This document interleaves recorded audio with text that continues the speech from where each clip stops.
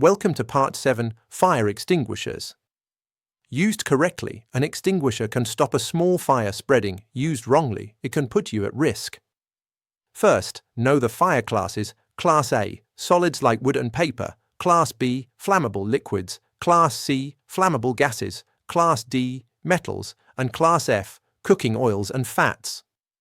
Electricity isn't a fire class, but it affects which extinguisher is safe to use. Only use one suitable for electrical equipment and isolate power if it's safe.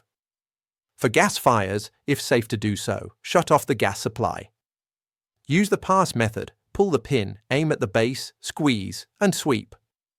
Before you use any extinguisher, make sure you've raised the alarm. You have a clear escape route behind you, and you're trained and confident to tackle a fire that small and not spreading. Finally, extinguishers need routine checks. Carry out at least monthly visual inspections and ensure annual maintenance by a competent person.